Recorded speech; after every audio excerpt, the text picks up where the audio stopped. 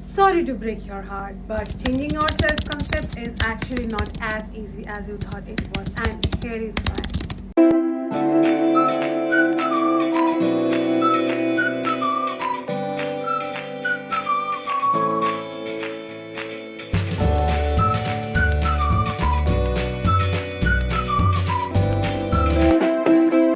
Hello, guys, welcome back to my YouTube channel.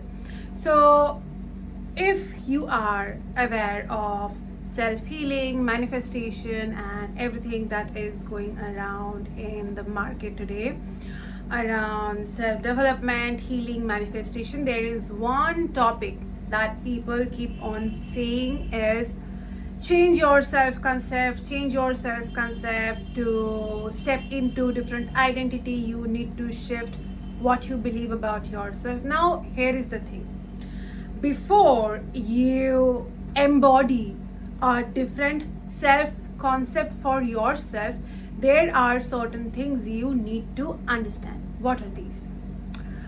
What actually is self concept? Self concept is the belief about ideas that you believe to be true for yourself. Okay, and this is typically formed during your childhood. How exactly? By the way your caregiver interact with you, by the way when you go to school your teacher talk about you, your friends talk about you, the kind of words, news you start to hear during your developmental phase, especially in childhood. All of these goes behind developing your self concept, the things you start to believe to be true for you. Now, why we really need to look deeper in changing our self concept? Most of the time, the way we think about ourselves is not even conscious process. This is a deep layer of subconscious process.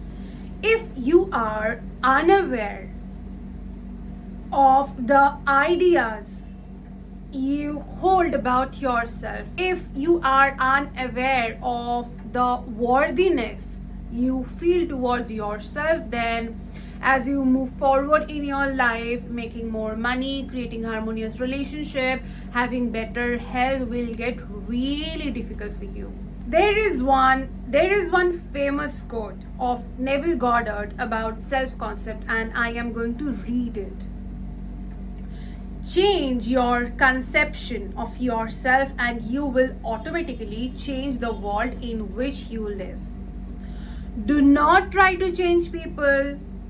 They are only messenger telling you who you are. Revalue yourself and they will confirm the change. Many times, there are so many times you end up being in toxic relationship, toxic marriage, you end up being in a career, in a job where people are not paying you. You always have to remember whatever you see outside of you, those are just reflection of what is actually going inside. If you are in this field of manifestation, self-healing, personal development and transformation, I'm sure by this time is very clear to you. Now, these are the basic concepts. What I specifically want to mention today is, I have seen many coaches, many people talking about when you want to shift your self concept, just think, just feel, just start to believe in something different. And most of the time when people start to do so, let's say you are trying to manifest different amount, let's say multiple six figure in a month. There are some time people think that if you start to believe that you deserve this amount, if you start to talk, work, behave in that way, only this is enough to shift your self concept. The answer is not really. Why so? When you are thinking of making this change, when you are thinking of believing different kind of ideas, thought about yourself, there are many times you will feel resistance. More you are unaware of what is actually going inside you, what are the true self-belief you have, more you are unaware of all of this, more resistance you are going to experience. For example, there is a boy who got mocked in his school. He got, let's say, his teacher said something really bad and mean to him while he was just trying to show up and give some presentation or speak publicly in front of the entire classroom. And then the teacher said something bad, and this is something that he really held close to himself. He started to believe that probably I will never be able to talk, probably I am not good enough. Now, this is one memory that goes deep inside. Anything, any emotionally charged experience that you have in your life, if that remains unresolved, it has full potential to impact your entire life. Now, the same boy, when he grows up, when he goes out into the world and start to give presentation, let's say in his job, all of a sudden he start to fumble, he start to doubt in himself, he just cannot roll the words out of his mouth, or probably he cannot even go and firmly speak what is the exact amount that he desire to receive, what he truly believe to be worthy of. You have to remember, if all of a sudden you sit with this guy and ask him, just start to believe in otherwise, no, it will not happen. For you to actually change your self-concept, to step into a new identity, you always have to go back. What are the things you have believed about yourself throughout your developmental phases? You will have to sit back with your childhood, your adolescence, your core memories. Sometimes you actually have to regress back. You really have to tap into the subconscious memories that probably are not prominent in your conscious mind, but in your subconscious mind, those are still present, those are still impacting you. Okay, it becomes so freaking important to identify those memories, where it's actually coming from. If you have a lot of resistance towards changing yourself, towards believing that you are actually worthy of something good, you always have to go back and check how exactly you form these ideas about yourself. And your childhood self-concept, childhood idea might show up in form of criticizing yourself. Probably I'm not worthy, probably I'm not good enough, probably I will have to work a lot to make some amount of money, probably I will never be able to manifest a good girlfriend, probably I will never be able to manifest a good husband.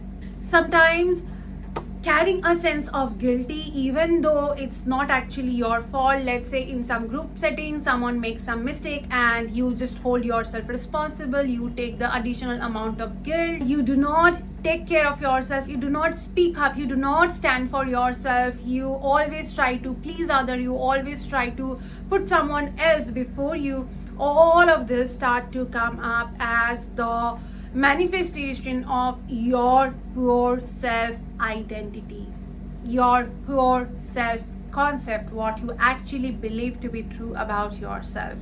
So, to change the narrative, first you have to sit with yourself and look where it came from. Then you actually have to hold a lot of safe and gentle space for yourself. You will have to do a lot of inner child healing work, probably parental wound healing work. You really have to look into your story with a lot of compassion. And I always keep on reminding you, keep on asking you to remember that you are actually child of God. You are actually part of this bigger creation. So definitely there is a bigger purpose, bigger meaning. You are definitely not meant to go through a lot of suffering. You are definitely not meant to, not grow in life. You are here worthy of everything good. That is your divine truth. As a conscious human being, this is going to be your responsibility to look back into your story and do all the healing. When you actually try to change your narrative, there will be many parts that will try to pull you back. And in my personal practice, in one-on-one coaching, I have seen it many times. People try to step into new identity, but there is a part that tries to pull it back, and there is always this push and pull constantly happening.